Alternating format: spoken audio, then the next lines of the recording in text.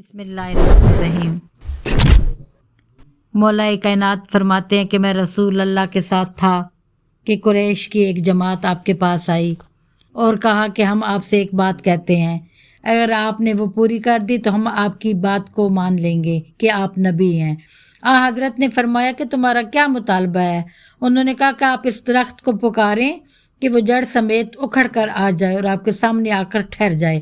आपने फरमाया, ए दरख्त, अगर तू अल्लाह और आखिरत पर ईमान रखता है और मुझे अल्लाह का रसूल मानता है तो अपनी जड़ समेत उखड़ कर यहाँ आ, अल्लाह के हुक्म से मेरे सामने आकर ठहर जा। इस ज़ात की कसम जिसने रसूल को नबी बरहक बनाया, वो दरख्त जड़ समेत उखड़ कर सख्त खड़खड़ाहट के साथ चलता हुआ झूमता हुआ रसूल अल्लाह के सामने आकर ठहर गया। इसकी कोई शाखें रसूल अल्लाह पर और कुछ मेरे कांधों पर आ गईं। इस वक्त मैंने रसूल अल्लाह की दानी तरफ खड़ा था देखा। जब कुरैश ने यह देखा तो बड़े गरूर से बोले कि दरख्त को हुक्म दें कि आधा आपके पास रहे और आधा अपनी जगह पर वापस चला जाए। रसूल अल्लाह ने इसको हुक्म दिया तो ये पहले से भी अजीब आवाज़ के साथ आधा आपकी तरफ बढ़ा आया। उन्होंने कुफर और सरकशी के साथ कहा, अब इस आधे को हुक्म दें कि वो वापस चला जाए और वैसे ही दरख्त हो जाए जैसे पहले था। रसूल अल्लाह ने फिर हुक्म दिया और दरख्त वापस पलट गया।